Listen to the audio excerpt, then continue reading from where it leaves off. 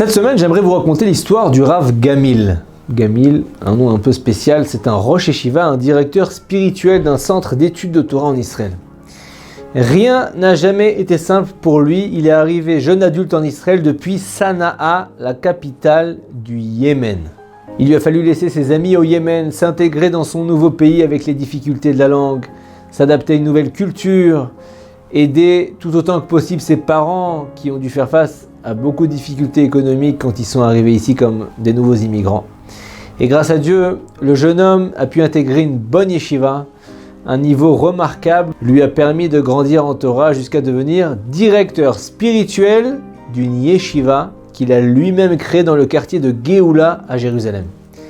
Mais malheureusement, la situation financière de sa yeshiva s'est dégradée et certains de ses plus fidèles soutiens donateurs ont fait faillite. Des étudiants sont même contraints de quitter les bancs de l'étude et survivent de petits boulots. Le Rav Gamil, ce Rosh Yeshiva Thémani du Yémen, ne supporte pas cette situation et craint malheureusement de fermer la yeshiva. Un soir, il se confie à son épouse. Elle le rassure, elle le conseille et le dit « Tu devrais aller en Angleterre chez mon frère, il habite à Londres dans le quartier de Stamford Hill. Il connaît là-bas des donateurs et généreux. Et je suis sûr qu'ils seront sensibles à la yeshiva et qu'ils aideront avec l'aide de Dieu. » Le Rav Gamil prend le premier avion en partance pour Londres et aussitôt arrivé, son beau-frère le met en relation avec un philanthrope. Il lui dit « Je connais un généreux donateur très accueillant. Je vais l'appeler pour que tu le vois demain et il te fera un chèque qui permettra à l'Yeshiva de respirer un peu. » Le rendez-vous est pris avec ce donateur et dès le lendemain, le Rav Gamil vient le rencontrer dans sa maison luxueuse du quartier huppé de Kensington à Londres. Et il se présente à cet homme distingué, parle de sa yeshiva, lui montre un album photo où on ressent la vie de l'institution de la yeshiva, le sérieux de l'étude des élèves. Le mécène est très ému par la situation. Il n'hésite pas longtemps avant de dire au Rav, attendez-moi ici, je vais chercher mon chéquier, je reviens. Et juste avant que le généreux donateur ne sorte de la pièce, le Rosh Yeshiva demande à étudier la Gemara qui se trouve sur la table. Le notable lui répond plein d'enthousiasme, oh oui, ce serait pour moi un grand honneur de voir le Rav étudier dans mon livre. Le donateur sort, revient quelques minutes plus tard, le carnet de chèques dans une main et un stylo dans l'autre, prêt à inscrire sur le chèque un montant important. Le Rav ne le voit pas, il est déjà bien concentré sur son étude. Et surprise en voyant le Rav étudier, le donateur l'interrompt soudainement et s'excuse un peu bêtement, lui dit « Pardonnez-moi, mais je reviens sur ma décision. Je ne vais pas pouvoir vous aider. Je vous demande de bien vouloir quitter mon domicile. Bonne journée à vous. » Le Rosh Yeshiva est sonné. Il ne comprend pas du tout ce retournement brusque de situation. Alors que le riche semblait jusqu'à présent si empathique, le Rav Gamil est prêt à renoncer à son argent, c'est pas un problème. Mais il veut au moins comprendre ce qui se passe. Il lui dit, excusez-moi, mais pourquoi vous avez changé d'avis? Vous avez un doute sur notre institution? Et l'homme lui dit, désolé, mais je ne peux pas vous répondre. Alors Rav, il ne comprend vraiment pas. L'homme qu'il avait si bien accueilli, le chéquier en main, avec son stylo, maintenant il le met à la porte sans aucun mot d'explication.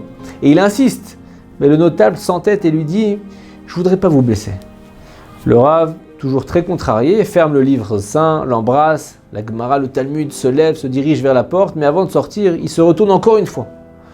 Il lui dit « Écoutez-moi, comprenez-moi, je ne vous demande pas d'argent, vous ne me devez rien. Je vous en prie, expliquez-moi pourquoi vous avez refusé d'un coup de soutenir notre yeshiva.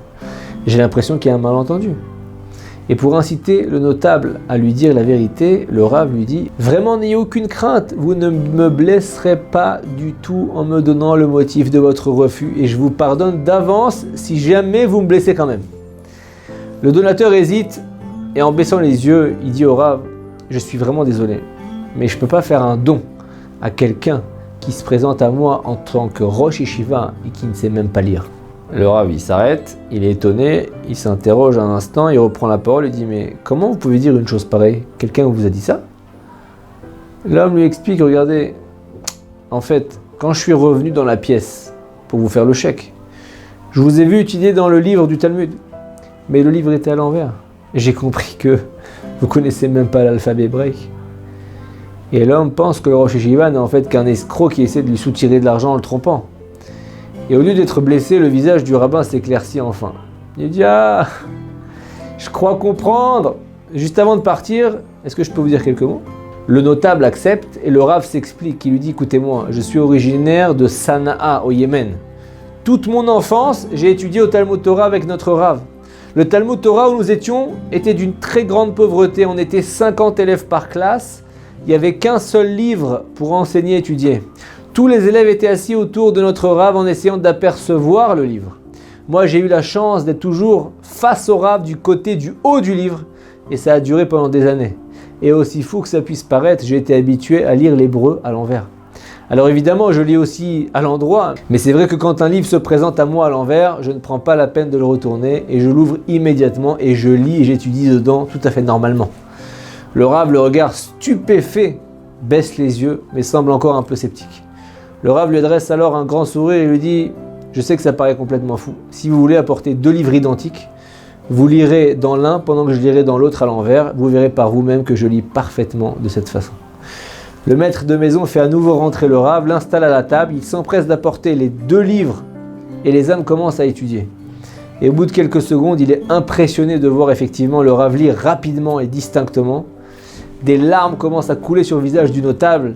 Il se lève d'un coup, il sort de la pièce, il revient rapidement et d'une voix tremblante d'émotion, il dit au Rosh Yeshiva, je vous présente mes excuses et je vous supplie de les accepter. Je vous demande pardon de tout mon cœur de ne pas vous avoir jugé favorablement. Le Rav accepte les excuses, rassure son hôte, s'apprête à partir de nouveau.